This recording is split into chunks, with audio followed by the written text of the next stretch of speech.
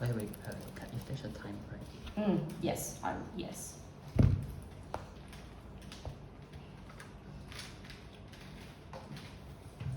Ready? Yeah. Zohran Mamdani's win as the mayoral primary made the biggest feat and biggest wave in the democratic movement so far, where for a century, or just for years basically, we've just been seeing them consistently lose even in the midterms because they keep forwarding the same centrist candidates, that their own voters are getting disillusioned and moving towards independence like Jill Stein. That is not a party that people want to support. Who is that party in the first place? We support that it is a slate of politicians who want to run for elections, but it is also the voters, the electorate, the people on the ground who want to be represented. These are individuals who came out in flocks to be able to be progressive. Like polling shows that lots of Democrats are just actually more and more progressive now, and that younger people are joining the party to become more progressive. So these are the individuals that we're representing. It is the people who used to vote for Bernie in 2020 when it came to the Democratic primaries, the people who left for Jill Stein and shifted and fractured the party when it came to trying to vote for Kamala because they no longer believed in her. Maybe it is some corporations too, but we think it's the majority of these individuals. The net burden here is to prove that Zohran losing was good, but also that Cuomo and maybe even Eric Adams in the worst case was better, because these were the second place. Maybe they say that this is just an interest motion. Well, obviously we have to be comparative here, and the comparative is these people win, and that is just a much worse off world, because they would have been more ineffective mayors. It would have been so much more difficult to be able to do things like fight against super PACs that are changing the ways that American policies work out, but also to fracture the party that needs to stay united, especially in the time of Trump, where you can just dunk on Republicans. I want to talk about the first argument. Why is it better for the external perception of the party? And here's where I want to explain that Zohran radicalized and made sure that he activated previously disillusioned people from rejoining the party by bringing more visibility to progressive ideas that allowed more and more young people to come out to vote. The first reason is that Zohran's win was just a massive feat, like just factually. Like look at the amount of rank 1 votes that he had over Andrew Cuomo, which was 100K, and that's just rank 1 votes, not even counting the rank 2 or rank 3 in that state of New York. He won by a landslide, and he unlocked that amount of voter bases specifically because of 3 reasons. A, it's because his identity as specifically a democratic socialist, but also as a Gujarati Indian Ugandan Muslim that was incredibly discriminated upon, that was given death threats, but he still walked from Chinatown downtown New York. That is the kind of person that he was able to stand up and show a strong force against Trump and say that he could take on New York. That is the kind of identity that is able to win on and project onto the party. But second, it enabled grassroots supporters who were previously entrenched. The kinds of people he empowered were not people at the top, but the people who were left out at the bottom, like cab drivers. What he did before the elections even happened was provide debt relief in the amount of $450 million towards thousands of cab drivers who were previously so much in debt that they were obviously going towards things like suicide. They're obviously going towards things like defaulting on their loans and not being able to make it in their lives. Those are the kinds of supporters that he had. Lastly, it's the fact that the previous mayors were absolutely terrible. That Cuomo just did basically nothing to allow housing prices to just keep rising, as you saw factually that happened in the state of New York. That Eric Adams just allowed more crackdowns on minorities because of the terrible policing policies that he had. This is a long time coming. No one else would have been able to start this movement, especially the kind of movement that he created. I also want to just caveat here, this is going to further empower in the future because he's going to be successful, and he's likely going to be successful in his position as mayor. One, because he's not stupid. He's likely going to slowly apply these things like rent increases, also collaborate with the Democratic Party. You already collaborated with Lander in terms of being able to cross-endorse him. He still has the same kinds of Democratic connections to make sure that these policies are good. There's also case studies in this across different kinds of states that he can apply. But also, inherently, these policies just simply work. That New York has a big local fund that they can apply to make it work. That rent freezes do not put in upwards pressure on inflating prices versus subsidies that Andrew Cuomo supported. State-run groceries encourage competition instead of just more subsidies that made things more and more inflated. That's the kind of government that you would have had that allowed more and more voters to support the Democratic Party. Second, I want to just talk about the nature of Democratic voters also as a whole across the bench, not just in New York. It's specifically different from Republicans because they supported 3 important principles. 1, they were willing to spend on social services and willing to tax higher ups for it. 2, the government intervention to them was important, that they wanted service workers or wanted people in the middle to be able to have governments intervene and protect them from people at the very top. Lastly, they wanted rights for minorities and progressive ideas like being able to include the LGBT and include people from different kinds of ethnic backgrounds.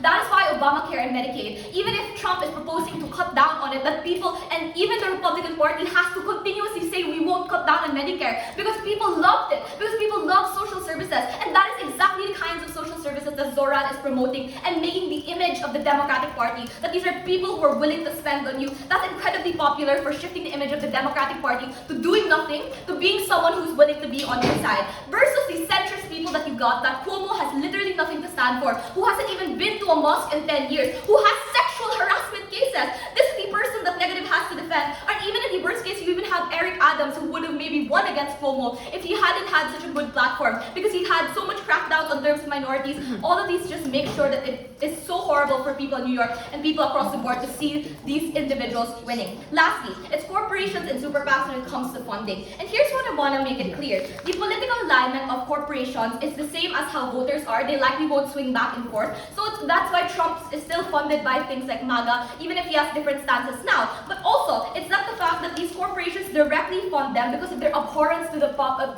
Republican Party. So even if you have more radical ideas, they still hate Trump more. Like the CEOs of CVS and Target hate Trump for the kinds of tariffs that he pushed on. That is why you won't lose out radically in terms of corporate funding, because they still hate the Republican Party more. But what you do increase on our side is grassroots funding. Zohran was able to raise $8 million in terms of being able to match the standards of Bernie and Obama and AOC, and being able to get that kinds of grassroots funding that pulls more people to want to be incented, that pulls more people to gather around politicians in their area to want to also fund them, and that increases the kinds of activation when it comes to funding the party more. That helps the party in the long term. One, this allows voters in Democratic areas and also not in Democratic areas to be able to participate and to be able to stop their disillusionment from the party.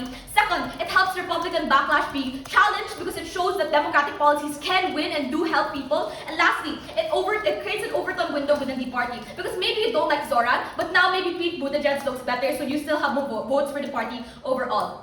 That wins the debate. But I want to talk about why internally this party also becomes stronger within itself. So, the politicians who initially opted out of the Democratic Party will now be willing to more likely opt in now that they see that the Democratic Party is back to its values. That means, one, people like Jill Stein and Bernie, who initially became independent because they felt ridiculed, because they felt like they weren't included, will now be considering going back because of how Zohran is now accepted and how they can see this new wave within the party of being more progressive, also with people like Sarah McBride.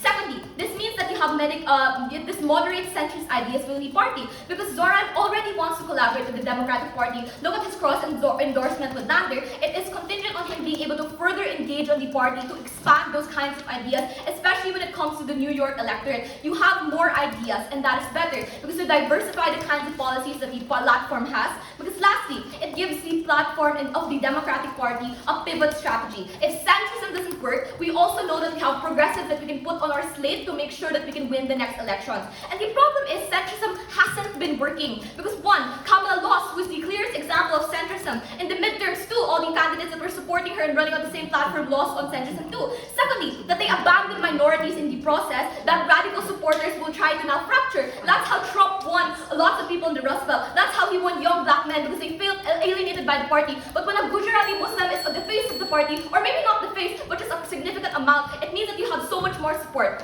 This is a massive feat for human rights, but massive feat for the Democratic Party. Awesome. Thank you so much for that speech, and I now welcome First Negative.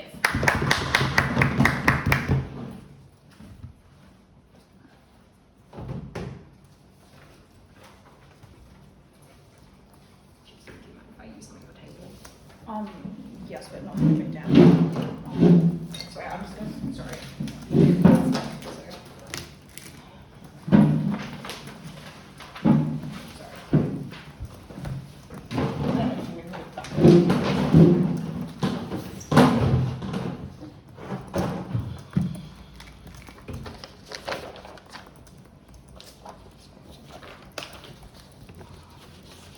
Mandani's policies might be popular among the most progressive people in America, but what the last election showed us is that these policies that are defunding the police, that are pro-immigrant, that are pro-Palestine, are deeply unpopular. Trump won the election on these issues. This is going to harm the Democrats and their electability in the long run. Firstly, setup. The first thing to establish is that the Democratic candidate is just likely to win in New York, regardless of who it is, because New York is such a blue state. Second, the counterfactual, it is most likely would be Cuomo. Mandani might get close. I would just note, Eric Adams did not make a bid for re-election. Thirdly, what are the interests of the Democratic Party? Firstly, that's winning the next federal election and maintaining their perception among voters that they are capable of governing, such that they are able to win that election as well, but also maintaining their image as a party that is, consistent with the general policies of what people want. But thirdly, they also do have their own specific ideological underpinning, which is just relatively centrist. That is obviously in tension with the ideology that is followed by Mandani. I would point to examples like how all of their primary candidates are people like Joe Biden, or people like, who are relatively centrist. They are not socialists. This is just in tension with their ideology. Okay, why is this bad for Democrat electability? The first thing to establish here is just that Mandani is unpopular, even if he is popular in New York. That is, firstly, he is a Muslim immigrant. Secondly, he identifies as a democratic socialist. But also, thirdly, his positions are just unpopular with the vast majority of Americans. He has supported things like globalize the Intifada in terms of his position on Palestine. He has been incredibly anti the immigration crackdowns that have been run by ICE. He is pro defunding the police. These are positions that are just incredibly unpopular in the US. The reason that he was able to win in New York was because of the fact so many people preferenced him in second, but also because New York is just the most progressive jurisdiction, and this is in the Democratic primary, who are already relatively progressive people in New York. That suggests that he is actually not representative of the views of the vast majority of the US. What is the impact here on Democratic electability? Firstly, it's just that people now associate the Democrats with things like socialism, with the sorts of unpopular positions that I've just explained. And I would just note that the vast majority of Americans are just really anti-socialism as a hangover from things in the Cold War. That is why they're opposed to having some form of socialized healthcare, even though so many of them get really totally fucked when they get ill as a result of this. But also, they are just really scared of crime. They are really scared of immigrants. That is a really popular, a really common political opinion, which just means these policies frighten them. That means when they associate that with the Democrats, they are unlikely to want to vote for them. But second of all, this is just weaponized by Republicans against even probably the more center-right Democrats, because those candidates are now just now kind of tarred with the same brush as when there is a relatively prominent democratic socialist within the Democrat ranks. But thirdly, this also just empowers a lot of more fringe left Democrats to run in primaries in other seats, similar to, for example, in places like in San Francisco and so on, because this, and likely to get large amounts of media coverage in the same way that Mamdani did as well, because they have seen that was able to be successful, which just means that the Democratic Party is probably unable to shake this perception that they are associated with these unpopular positions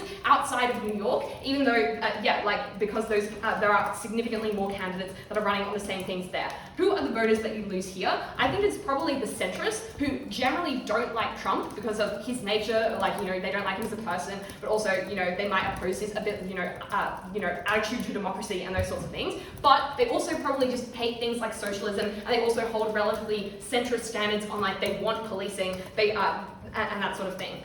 What are those voters likely to do? First of all, they just might not vote, noting that there is kind of a low voter turnout in general if people don't believe either candidate represents them. They can also go to third-party alternatives, but also they are just likely to vote for Republicans in the next election, because if they oppose Trump but they think that the Democrats don't represent their views, the next candidate is not likely to be Trump because he's already had 2 terms, which just means when they are able to vote for a more traditional Republican, they probably will when they have the option. And additionally, when there are just at lower levels other Republicans that they can vote for that are not Trump, they are more likely to turn to that when they believe that the Democrats are associated with these sorts of positions that frighten them and that scare them. And I would note, US elections are just razor-thin margins very, very frequently, and also this is probably likely to be an incredibly salient issue at the time of the midterm elections, which are coming up in the next year, which just means this is going to affect their chances there in how they can control the Senate and the House, etc., which just means it's much harder for Democrats to get policy and so on. That is obviously really bad. Finally, there is an additional impact on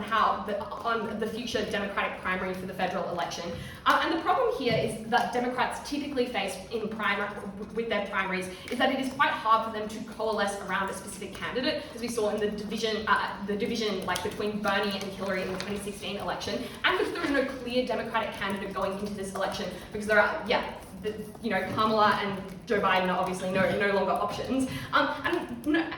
And notably here, the Democrats have just done a significant amount of soul searching after the Trump's failure, which just means they are much more likely to latch on to something that seems popular or seems like it might be their way of getting back to popularity, which just means that people like the Bernie bros are kind of emboldened, which means that when the primary is occurring, they are much likely to be far more messy. There's likely to be far more tension and debate and division in those debates. But also it just means when a Democrat candidate is announced, people will not necessarily fall in line behind them. It means they vote, they don't vote or they vote third party. That is obviously really bad and has a huge impact on their chances at the election. Losing the election, the 2028 election for Democrats, is probably the biggest impact in this debate. They care about their electability significantly. Second argument on how this affects on how their perception of their ability to govern affects the electability of the Democrat Party. And I think this is the context for this point is that the quality of life has gone down significantly in a lot of American cities because the cost of living has skyrocketed enormously. That just means it's much harder to afford things like housing or to afford things like groceries in those cities, which means there is a skyrocketing rates of homelessness and of crime, which just means a lot of people have immigrated from cities into other states like in Texas, where they have much more able to afford housing and afford a better quality of life. What is the implication of this? The first is that how things are governed in New York and how successful they are just does affect how people vote for those people for candidates across the US. But also it just means that progressive people who are sort of distributed across other states, like that is pretty bad for the electoral college and so on, whether there is that degree of distribution. Okay. Why is this likely to make their governance far worse? The first thing I would note is that Mandani's policies are just pretty bad. His policies are largely rent freezes, free buses, and also government-run supermarkets. And the problem with these policies is that A, they are incredibly expensive, which means, and his plan to do this is to increase corporate tax. However, that is something that is controlled by the governor of New York, in Albany, and that governor has just said that they aren't going to do it, which means these policies are just unable to happen in the first place. But even if these policies were able to be done in his best case, they are probably just likely to have pretty bad effects as well, because things like rent freezes just discourage doing far greater housing development, which is obviously far worse if you want to build more high-density housing and you want to have more of that, the price of that housing go down. If you want to house more people. But also things like buses just probably don't have an impact on a huge amount of people in New Yorkers' lives who don't use them, and that is probably, these policies are just probably have a relatively contestably good effect. And I think the problem here is that Mandani's failure to enact these policies in a good way that have a good impact on people's lives actually just is far worse because he has gotten so much coverage, so much hope has been attached to these. When those hopes are failed or not realized, that has a particularly bad impact on how people think the Democrats can govern. On the converse, why Cuomo is not so bad, he is likely to be a pretty unproblematic and uncontroversial mayor because he has an incentive to govern well due to scandals in the past and he has governance experience, but also to the extent that he is a mid, that doesn't really matter all that much because it means he doesn't draw the same media attention that Mandani got. Very proud to oppose.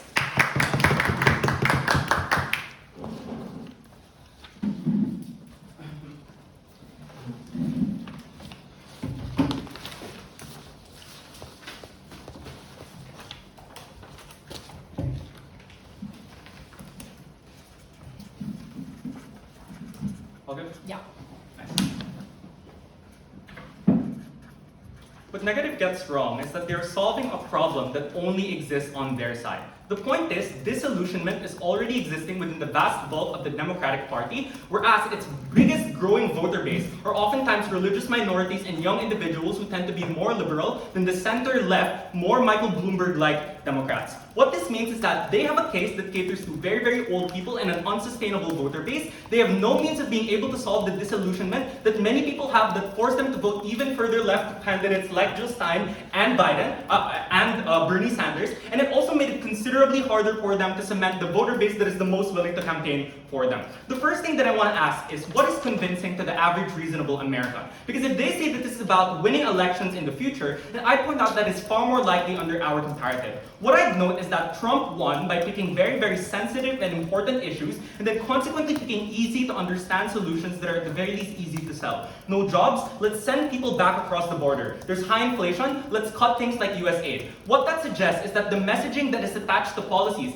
is far more important than the actual outcome of policies, and being able to sell this as an important voter singular issue and something that is able to solve these problems comes prior to anything, in any consideration about whether or not these policies work. What Zohran does is introduce a form of messaging that can co-opt these sentiments and provide these solutions too.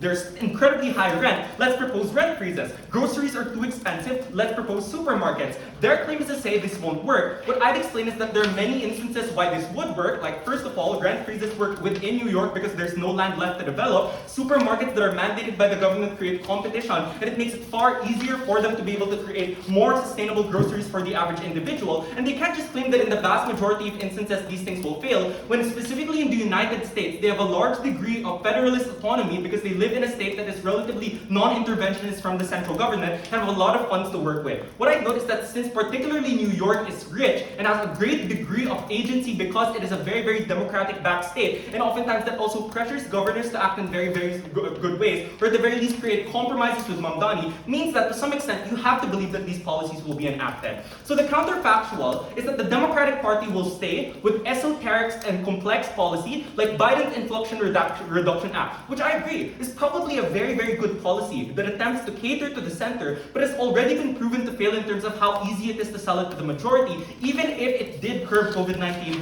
from them. Hillary lost, Biden was so unpopular towards the end of this term, what they do is continue that failing trajectory and ensure that there's no capacity to be able to pivot away. What Zohran does is two things then. The first is that this win makes him more visible. Religious minorities, individuals who feel underrepresented by the predominantly white individuals that comprise the Democratic Party under their side, such as Andrew Cuomo, for example, who is very, very notorious for all of these things and being racist, not going to a mosque, means that you turn off all of those voters. Here's a cool fact. What ended up happening is that if Cuomo had the same amount of votes that he had in the last Democratic primary, he would have won based on first-round votes. But what Mandani did was introduce 200,000 new voters in a borough of almost 1 million people. Voters that comprise Muslims, voters that comprise religious minorities, and individuals that look like him and felt represented by the policies that he failed, because the United States as it currently exists has a preference against these individuals. What he does is encourage more voters, even outside New York, right? It encourages voters because they now believe that there could be somebody in the Democratic Party who could be willing and be able to represent them in a way that is important,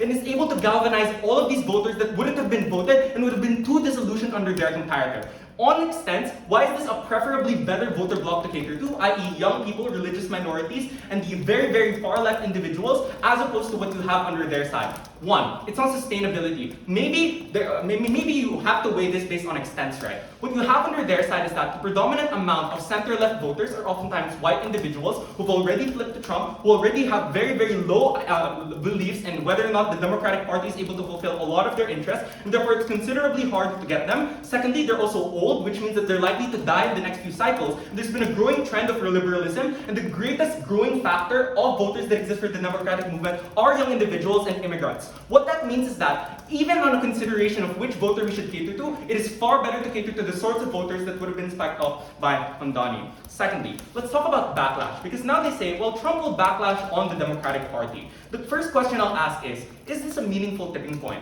California riots happened, Harvard happened, for example. Trump has already cracked down on Democratic Party institutions, and it has had the opposite effect. It bolstered and made them more popular. Sending the National Guard sent more protesters out on the streets in California. Attacking Harvard created a media firestorm on social media and galvanized millions. This has united and rallied the Democratic Party's will. If Trump criticizes Zohran or lambasts him or the Democratic Party, this is fine, because firstly, Zohran, as opposed to other politicians that they could try to market, is immensely popular. He won on a landslide within it, even on first preference votes, by the way. It's a lie that he lost on first preference votes. Millions of social media followers and an active social media presence. He has a particularly strong hold on narratives as surrounding him as a result, which means that he can spin the narrative and paint himself as the victim of a very, very authoritarian Trump administration. And note, a lot of the trends towards how people view democracy in the current state of the US support this. For example, Trump approval ratings have been historically low, and this leaves space for Mandani and the Democratic Party to take that. But secondly, he and the Democratic Party is relatively insulated from anything Trump can do, because since the US is a federalist system that grants lots of electoral agency to individual states, particularly for the Democratic Party, Trump still has to pander to existing Democratic senators and congressmen, which means that at minimum there's no change and he still has to do this. The last Hail Mary response they have as well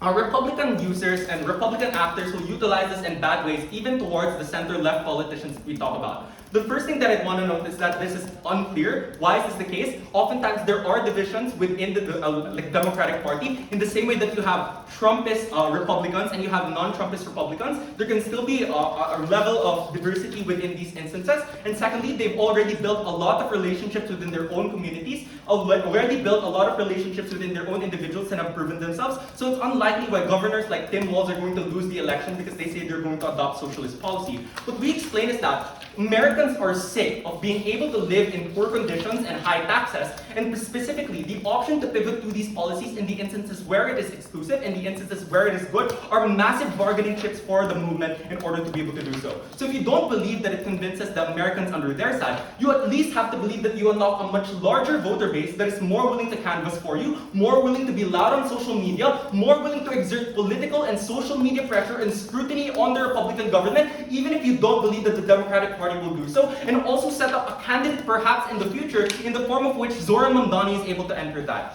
Lastly, what is the counterfactual? Because they say, well, Cuomo is just going to do nothing, and that's fine because at least he's a moderate. Firstly, Cuomo is not just a bad person. He's an ineffective politician who didn't do anything. The cause of many of New York's problems, like heightening inflation prices. Look, they can say all they want about Mandani, but the vast intelligent voter that exists within America will probably just treat it as racist. Most individuals in the center are not racist. They're able to do things like determine policy based on its merit. What you have is an actually ineffective politician who is the cause of all of these problems. And if it's about what is easier to message as ineffective, it is a politician who is literally the cause of the housing crisis and the fact that many New Yorkers don't have the ability to be able to live under sustainable terms. What do you get at the end of this speech? Firstly, Zohran Mamdani will not change the Democratic Party overnight, but it will ensure that there's a greater trend towards them in the future because you unlock a new voter base, and also ensure that the internal policy discussions feature more socialist people, which is good because the average American is not living in the fucking 50s, right? They now live in the future. What this means is that they're more willing to accept these socialist ideals for all of these reasons. Very, very proud to propose. Great, thank you so much for that speech, and I now welcome the second individual.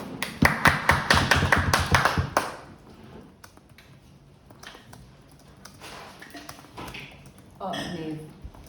No, it's fine actually. I'm so sorry.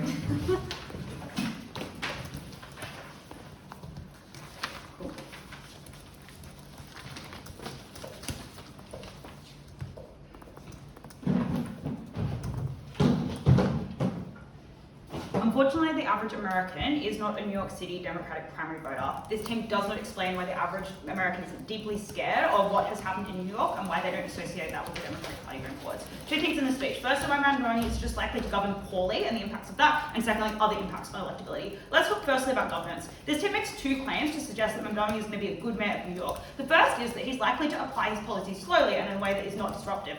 Our first claim is just that some of his policies he's unlikely to apply at all or at a degree that matters. For example, he's already walked back the proposal of supermarkets, saying, oh, it's going to be a few in some areas and not that impactful. But additionally, we're just saying he doesn't have the fiscal capacity to do this because the budget is not controlled by him and he cannot increase the taxes that he needs to pay for these policies. So yes, very, very slowly, not at all. But secondly, it's just unclear why slow actually means good, or that you can do it on the policies you want. How do you do a slow rent freeze? Why is that desirable if they back these policies? I don't think this mechanism makes much sense. The second thing is then just to say, well, these policies are great. I think they do a poor job defending why they actually are. Niamh explains why they're not. On rent freezes, they're like, oh, you know, the issue in New York is not that, is that you can't develop any more, buildings there. Obviously, that's not true. Like we're in Guangzhou right now. Obviously, there can be more high density. It's not a particularly high density city. You can also expand outwards. Rent freezes are bad because they disincentivize developers from investing because the return they can get on that is just significantly lower. Or at least investing in rent-based apartments. Instead, they do things like buy to sell rather than buy to rent, I guess, in those situations. Then they say, oh, supermarkets are really good because you get competition. Again, I think the supermarket claim has already been walked back a degree. But come on, it's New York. There's massive competition between independent grocers. How is this going to massively decrease prices for individuals when there's already small overheads on these things?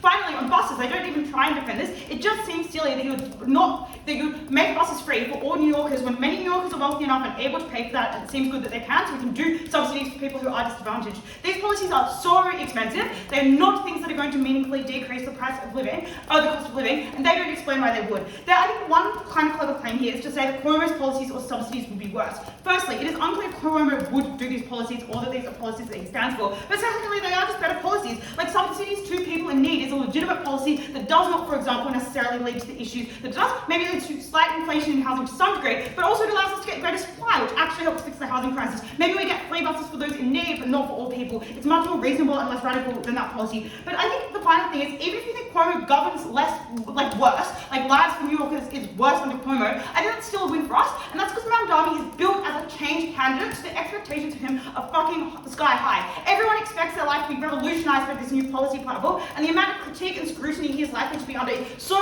much higher than Cuomo is, who would not have been particularly optimistic for, and would not have, probably didn't expect the biggest things from them, which again just means I think that goes less badly to the Democratic Party. People maybe blame Cuomo, they don't blame the Democrats more globally. Mamdani is an international figure at this point. His failure affects the Democrats internationally. The impact of this is big. Firstly, Democratic cities are failing. It is viewed as an embarrassment to Democrats. Places like San Francisco in California and also New York are just unlivable, and there is massive transfer of populations to Republican states, which is bad both perceptually, those people don't like the Democrats, they have to move because they cannot live in the cities where their family are, but additionally, it's just bad electoral college, on the electoral college. The census is likely to see votes going away from Democratic areas towards Republican areas. That is a long-term, awful harm to the Democratic Party.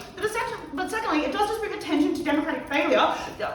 People feel that this is what Democrats will do when they are elected federally or when they are elected in your area, so they're just less likely to vote for you. But finally, it does just lead to greater debate and division about whether Mamdani was good or his ideas were good or what the causes of his failures were, as some people support him and some don't. I'm going to explain now why this division is detrimental to the Democratic Party. So, that just explains I don't think he is a good mayor, and I think that is pretty bad for the Democrats of New York, but also electorally. What do they say about electability? They say Mamdani is super electable because of his identity, because he activates all this kind of low income and ignored voters, and because other mayors were unpopular. These explanations are at best an explanation of why Mamdani won, which he did. They're not an explanation of why this is good for the Democrats in any other area. Mamdani, even if you think he's the most popular candidate alive, cannot run federally for president like he was not born in the US. It's unclear there is an alternative who exactly meets this metric or that they would ever run. It's unclear why this explanation or analysis of why he won is at all useful in the debate. And I think we just explained that sure, even if this is popular to some people in New York, which I'll refute in a second, this is just not popular among Americans. This is popular among New York City Democrats who care enough to turn out to the election, and who were particularly motivated in this instance because they had some flaws with Andrew Cuomo. So I think it's just unclear that that is actually popular. Why then is it actively unpopular and bad? Their claim here is that the issue federally is disillusionment among progressives and the left, and that they're voting for independence. This is just not the issues for the Democrats at the moment at all, and it's kind of staged to claim that it is. Kamala Harris lost the election because she was viewed as too radical and she is a centrist, because her defund the police record was used against her, because she is a woman of colour and that was unpopular. Obama, when he ran, had to, for example, moderate his views or hide his views on gay marriage, because that is something that would have been viewed as unpopular.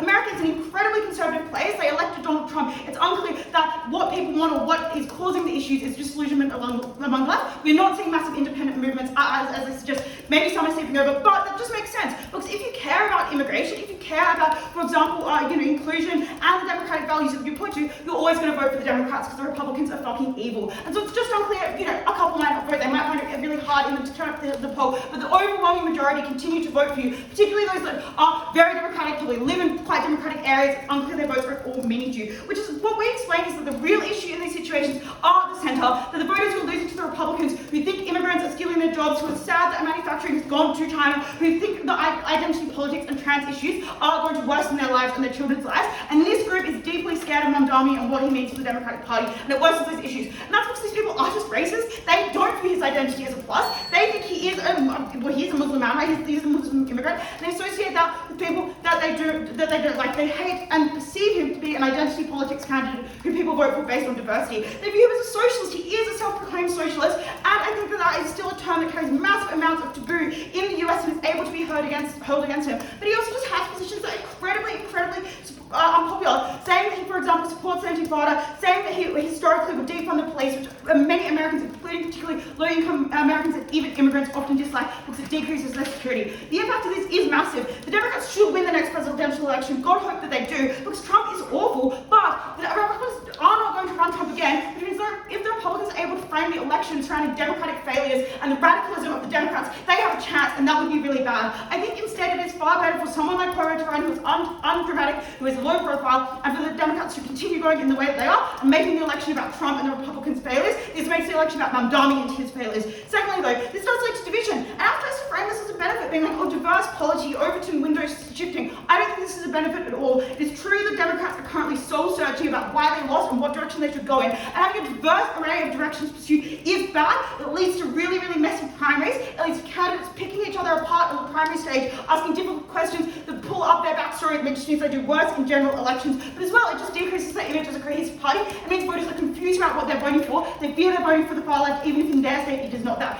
Finally, though, maybe not finally, nextly, it does just decrease their funding. This team is like, oh, corporations go with the flow and vote for whoever's popular. No, Mandani wants to tax corporations to the end of the earth and set up government-funded competitors. Corporations are going to donate to the party that doesn't oppose this, even if it is politically less popular, because they're so profit-motivated. Grassroots funding cannot outdo this. In part, because I explained this is actually unpopular, so grassroots funding goes down. But again, people who care enough to donate often do it because they are anti-Republican, donate anyway, but also just so much less money than what corporations give to Democrats. Finally, Cuomo just is not that bad. Even if he's bad, it's, no one cares that much. They're unlikely to bring him back to the Democrats. But he's likely to govern relatively well. He's an experienced governor. He is someone who has his reputation on the line. He's just probably going to have an undramatic, probably not great 4 years, but that is so much better than the hard Mandani will bring. Great, thank you so much for that speech, and I now welcome third affirmative.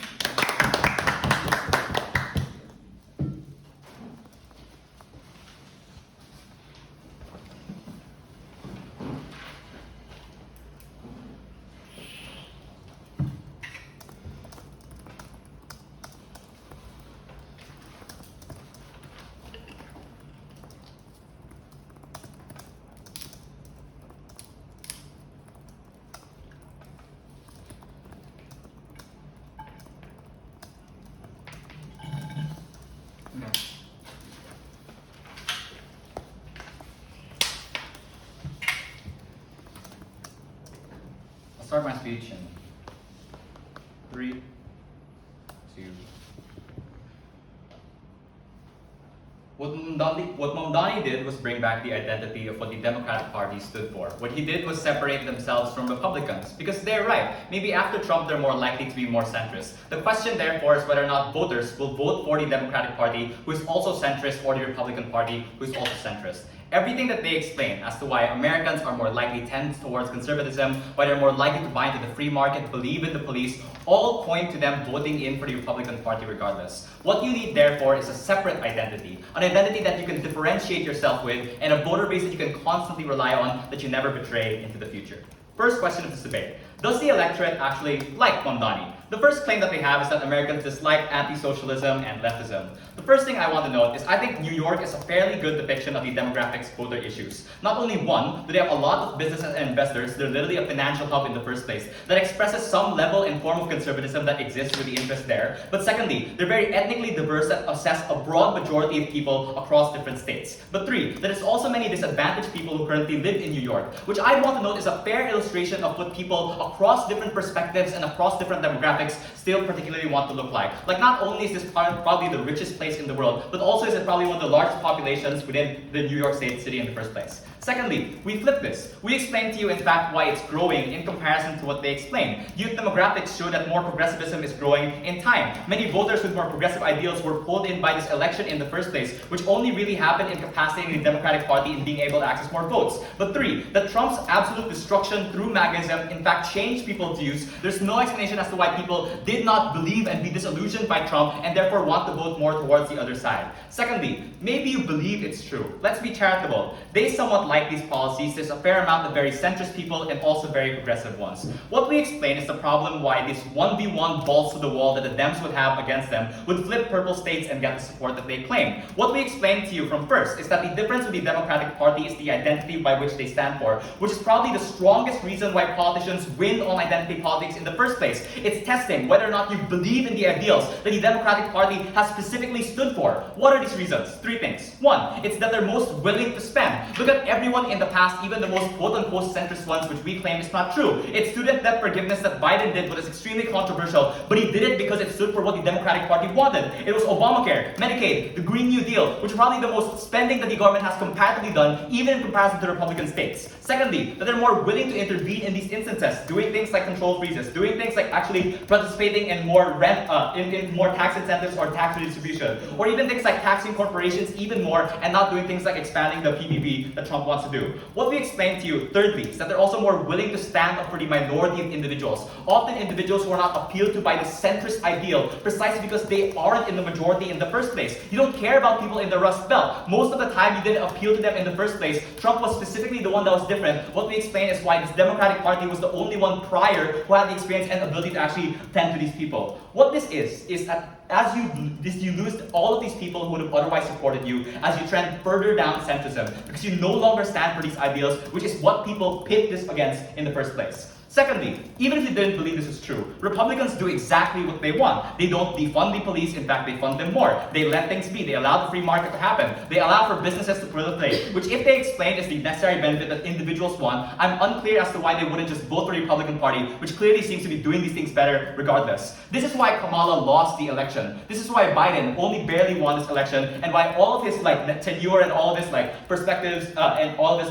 reputation was destroyed in the future. Because he was far too centrist. He wasn't willing to take the strong stance. Like they explained that they were too pro-Palestine. Kamala didn't want to speak up on Palestine. She didn't want to do things like invest more into the CHIPS Act and whatnot, which is precisely why her centrism is in fact flipped on their comparative. It wasn't far too socialist, it was on comparison far too centrist and not differentiated from Trump. Secondly, then they say Cuomo is better, and that Cuomo is better able to do things like make sure that New York is good and that New York doesn't fail. Firstly, he was a terrible mayor. He not only made rent prices a lot higher, he barely did anything to fix the New York economy, like they themselves concede. Secondly, the reason why Cuomo is bad is because he is associated with Trump. He is funded by the Trump super PAC. It's why people didn't want to vote for him, and you would have never unlocked the broad majority of people that voted for Mandani in the first place, precisely because he wasn't associated with Trump and in fact stood against him. Secondly, you never unlock disillusioned voters. The difference with the Republican Party versus Democrats is that if the Democrats lose progressives, they have other alternatives in the Green Party versus the Republicans who don't have the same. What this means is that only the Democratic Party uniquely is fractured and split votes. It's why Kamala lost. It's why Bernie split these votes, which oftentimes means that's why it's terrible insofar as you don't also coalesce these individuals who are likely to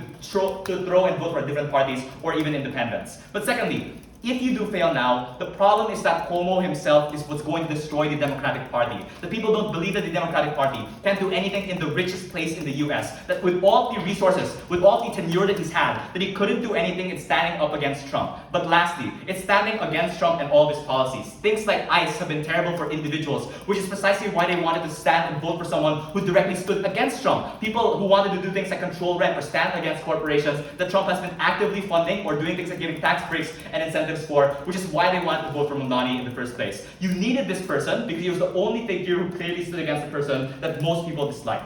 Second issue, on internal division within the party.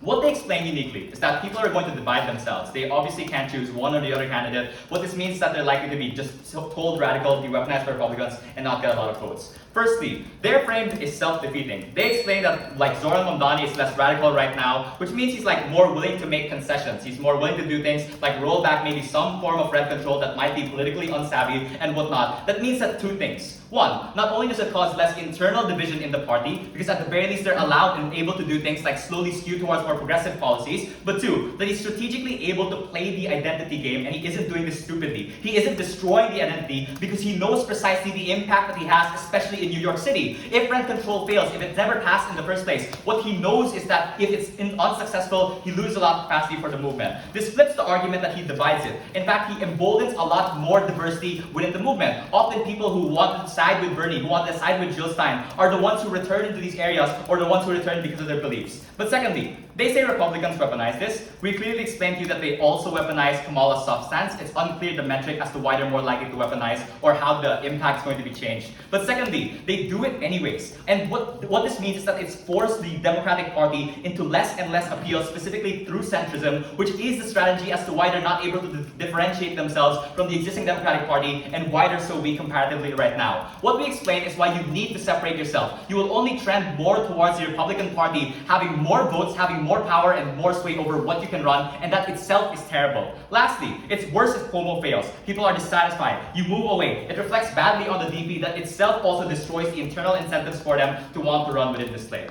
The last one is on the success of all these policies. What we explained to you is that Mamdani is strategic. What he can do is maybe it's a few supermarkets right now, but it's able to do things like increase things like competition, that lower pricing, because now he's able to subsidize supermarkets to some extent, to be able to have some test areas to see whether or not it's successful. Even things like being able to control rent freezes, or even defunding the police in the interest of funding social work, helping minorities on the ground, which itself is not a benefit of less security, but it's in fact a benefit towards helping people on the ground and minorities in being able to be less abused and whatnot. What we explained to you specifically is why Mandani was crucial in not only unlocking a voter base that would have never been unlocked under the comparative, but also why the Democratic Party would have skewed into worse and worse forms of votes that meant that they couldn't win in the future. All these reasons, close.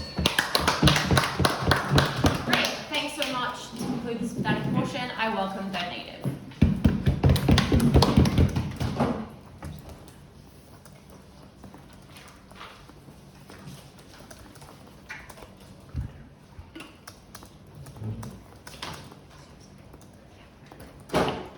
Centrism is the root of the Democratic Party, or centre-leftism. The way you know that Kamala didn't lose the election on not being progressive enough is because she carried New York and California, which are the most progressive parts of America, while losing states that are historically more swing and centrist and go between the Democrats and the Republicans.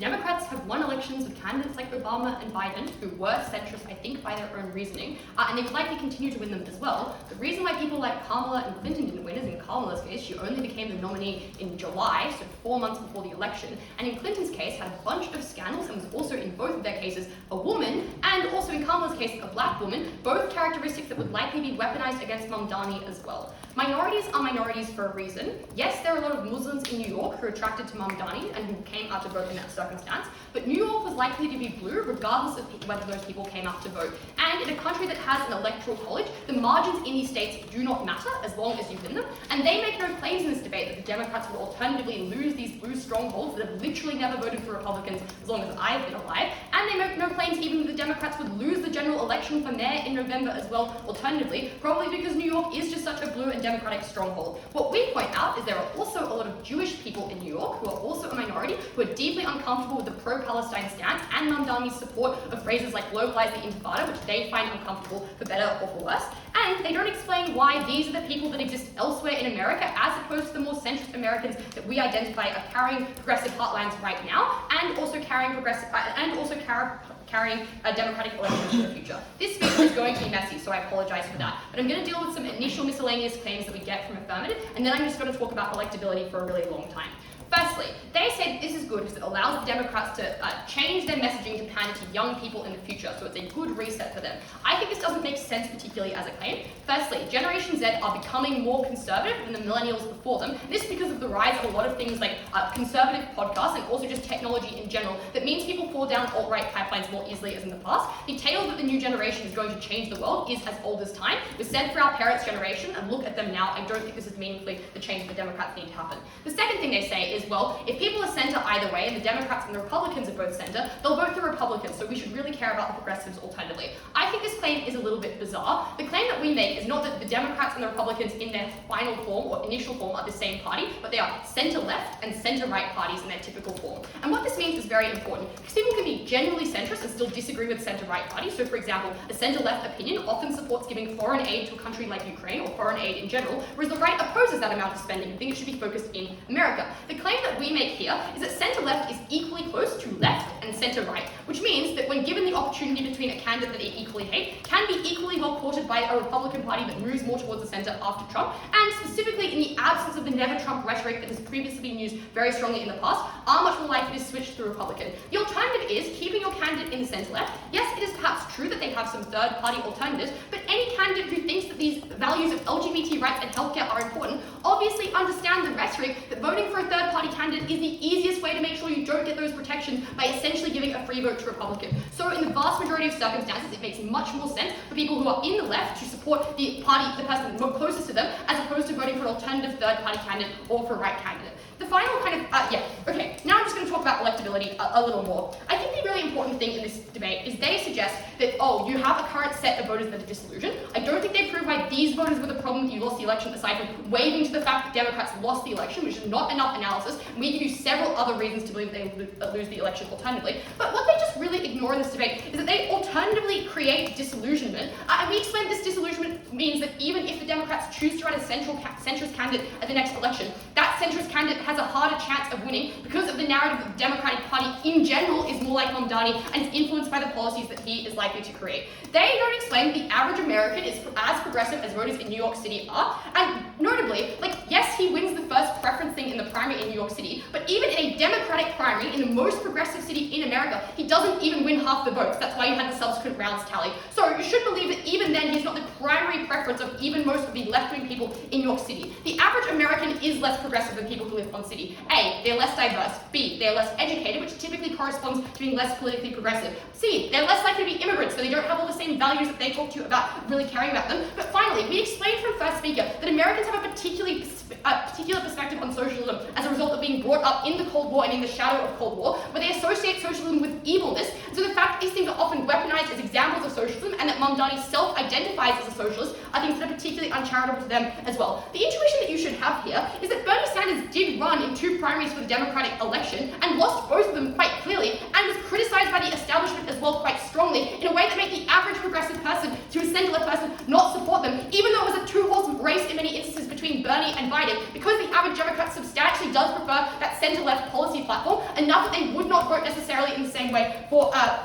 alternative candidate. Why is this weaponization so bad? The first thing I want to explain is why people who might have kind of bad takes, as we explained, still vote for the Democrats regardless. The first thing to note is, as we explained before, they are a historically centrist party. So even in the last election, you could be kind of racist and not support immigration and still vote for the Democrats, because Biden had one of the highest rates of deportation that America has ever seen. It was higher than Trump in the term before him. So the Democrats are able to pander these people in some way, which means they're not just guaranteed votes for the Republican. They can be won by the Democratic Party as well, and have historically been. But secondly as well, particularly in the Trump context, we explained that they were more concerned about other issues as well. Obviously that disappears at the point at which a different candidate is running in these circumstances as well. We explained that for these people, Democrats can become equally bad. They pander into a narrative and a nightmare that these people are afraid of because they are so scared of far leftism, and these people no longer come out to vote. Why are these policies weaponized on a national level, or just unpersuasive for these voters? Why can't things like free buses just convince everyone that we'll live in a utopia? First thing, I think that arguments about things costing a lot are equally persuasive to the average American, because they make you feel really smart. They make you think, oh, well, the average person thinks this is a good idea, but I personally know that this is a huge risk, and people like to seem smart and financially literate, so it's a persuasive and compelling claim. Particularly in the context of an American debt crisis, and the country is spending too much money, people are unwilling to buy into these narratives.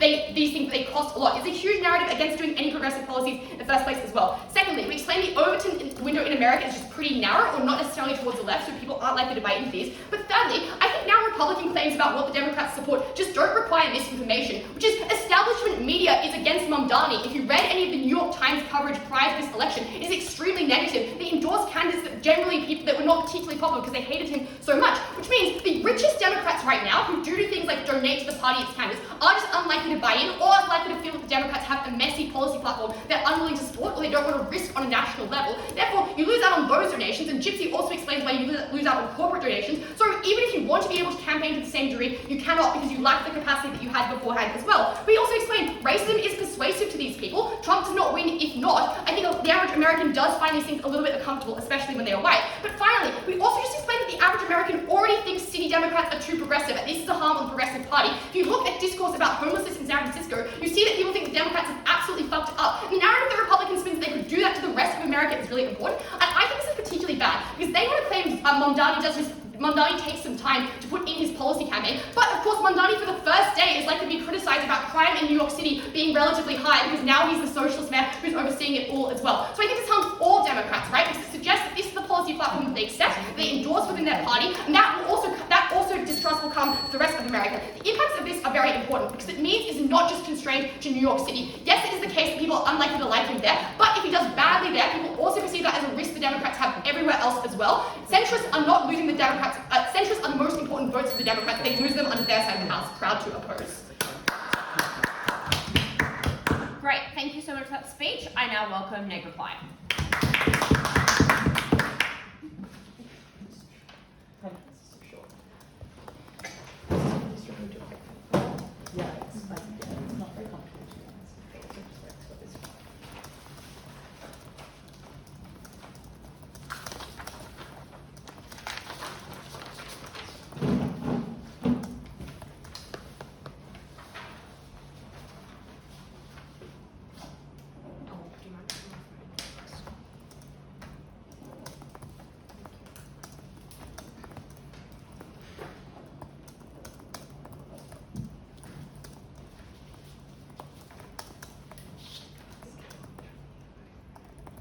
I'm going to start this reply by asking the question, why did the Democrats lose the 2024 election?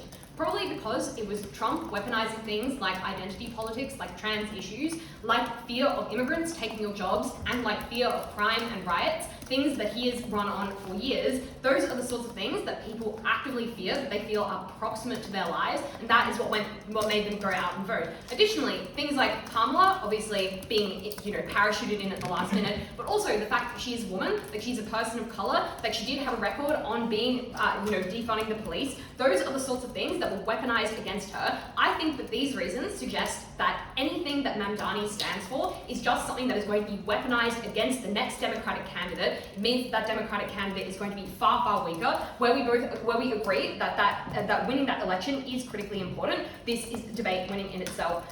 I'm going to explain, this is going to be all about electability, sorry. The first claim they make on electability is that Mamdani is just increasingly representative of people who are young and increasingly left-wing. But I think the problem with the argument that they make, that we observe down the bench, is that New York just is a unique jurisdiction. It is not representative of the vast majority of the US. Yes, it is ethnically diverse, but the rest of the US is just generally less diverse in that people live in separate enclaves. Obviously, there are things like gerrymandering and so on. But also, we explain that most of the US just opposes things like socialism because New York is criticized for being a particularly progressive enclave and so on. And also, they're just generally afraid of policies that come from the left. They are afraid of defunding the police because they are afraid of crime. They're afraid of immigrants because they feel like their manufacturing jobs have been taken away. Those are the sorts of things that those people across the Rust Belt or in the South care about. That is not represented by New York. So saying that Mamdani, the explanations they give as to why Mamdani wins New York just do not explain. In fact, they explain why he cannot win, or like why any association with him means that the Democrats cannot win in a federal election. The second claim they make is, well, Democrats actually need to distinguish themselves because the reason they lost the last election is they could not distinguish themselves from Trump. They need to do that by going further left. But I would just observe, obviously empirically there were a lot of distinctions. The fact that Democrats push back on things like, rule of law, they talk about Trump being a danger to democracy. But also, what we explain is the people that you lose in this when Mandani comes to represent the Democratic Party are the people in the center. And the problem with that is that when you move further to the left, the problem with that is that when you distinguish yourself by moving further to the left, the vast majority of voters who are in the center, the far left, as we explained, is just an extreme minority in the US due to the opposition to things like socialism or things that sound like socialism. That just means you lose a far greater portion of the vote. What was the impact of this that we explained? We say it attaches a label to the Democratic Party, not just people who are, not just Mamdani himself, but any other candidate that runs for them in 2028, in the midterms, which just are very soon and will have a huge impact on the Democrats' ability to govern. That is when people in the center feel like they are scared of voting for a party that might come to represent things that look like socialism, things they are afraid of, and that is when they turn to the next Republican candidate, or they just don't vote, they vote for a third party. These are obviously damning because that means that the Democrats cannot win in that next election. Finally, just to defend, finally on governance, and I think when we, they try and explain that these policies are likely to be pretty good, I think our response, our explanation at first, referencing my own speech, was just that you cannot pay for these policies. They just aren't likely to coalesce, or even if they were, they are not likely to exist in a way that is meaningfully going to change and help New Yorkers' lives, which just means that any hope that we have for Mandani being good is something that just gets catastrophically taken away, which means he is hated more than if he is just a pretty relatively, uncontroversial mayor. And that is why we're able to defend the fact that FOMO exists in our counterfactual. Because even if you criticize FOMO, it's not associated necessarily with the Democratic Party, it is associated with him as an individual who already has a number of scandals. But even if you did criticize him, it just doesn't matter because it doesn't get the same degree of media coverage we explain that Mandani does, such that those labels get attached to the Democratic Party in extremely damaging ways. We explain why the Democratic Party isn't damaged by Mamdani in their electoral prospect. We explain why they're able to maintain their longevity in the future. Great. To conclude the round, I welcome Affirmative.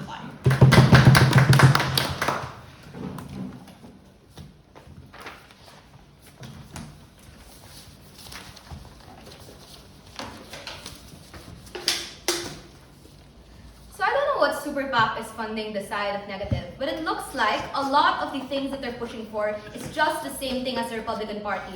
Look at how they had to spend at least a minute differentiating center-left and center-right, and the answer was still not clear. Like, it is very, very evident that the more they push for a white man in politics who is pushing for corporate spending, who's pushing for things like higher taxes, lower taxes for people, the more they're just pushing for the same kind of Donald Trump. And that is what we explained, that people in the center are not the priority of the Democratic Party. Because most importantly, we lost the midterm, not because Kamala was overly socialist, but because she wouldn't be a socialist. She wouldn't support AOC. She wouldn't support Palestine. She wouldn't support the local individuals that campaigned for her. She wouldn't call herself out as Indian because people were afraid of that. And that is exactly why individuals will never be able to side with centrism no longer. The first thing I want to claim is that this debate was not just about winning, was not just about putting money into the Democrats' pocket, was not about Pete Buttigieg getting another fucking seat. It was about people in the party. The Democratic Party is also individuals within it. And look at their analysis.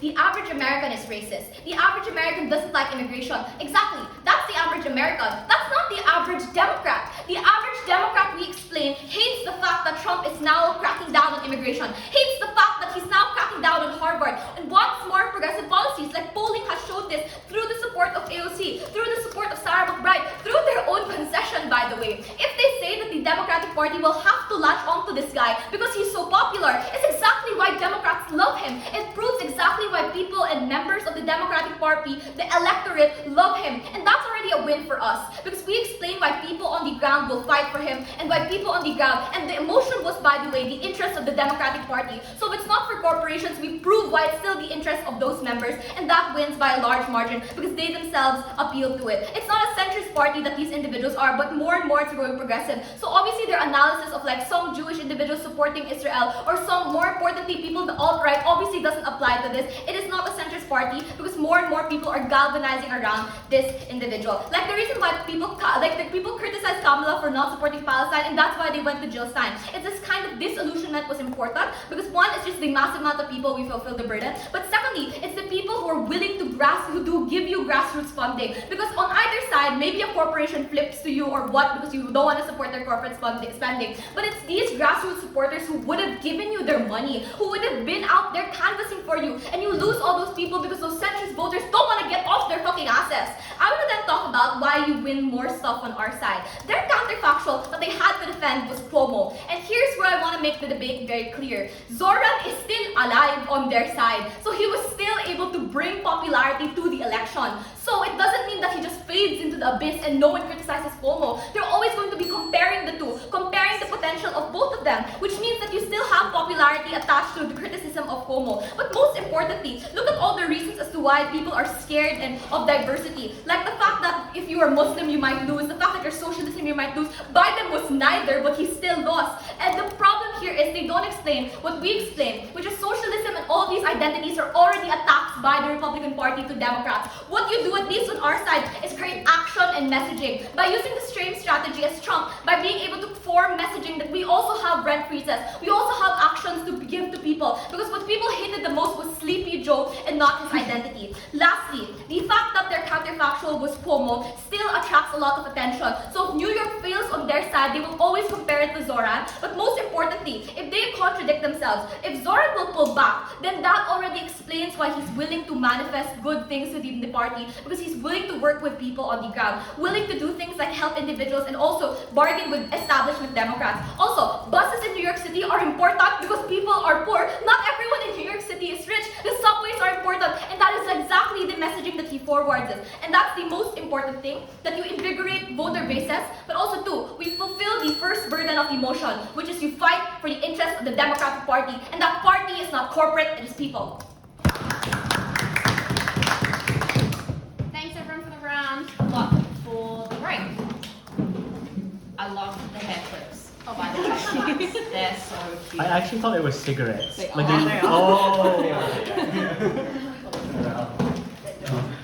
They Let's set up there because everything. Yeah, of course.